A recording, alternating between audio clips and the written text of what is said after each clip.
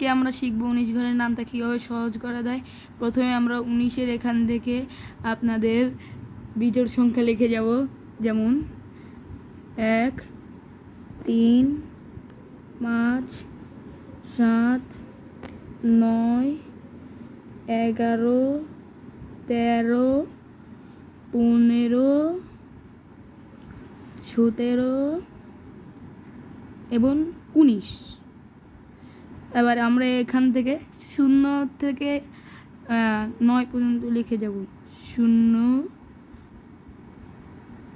1, 2, 3, 4, 5, 6, 7, 8, 9। দেখেন বন্ধুরা, কি সুন্দর 19 ঘরের নামটা হয়ে গেল। আপনারা অবশ্যই চ্যানেলটিকে সাবস্ক্রাইব করবেন। এবং ভিডিও করছি আমি হলো মাবিদ, আমার এই ভাই হলো আবির। আমরা মসজিদ থেকে এসে ভিডিও করছি। অবশ্যই চ্যানেলটিকে সাবস্ক্রাইব করি।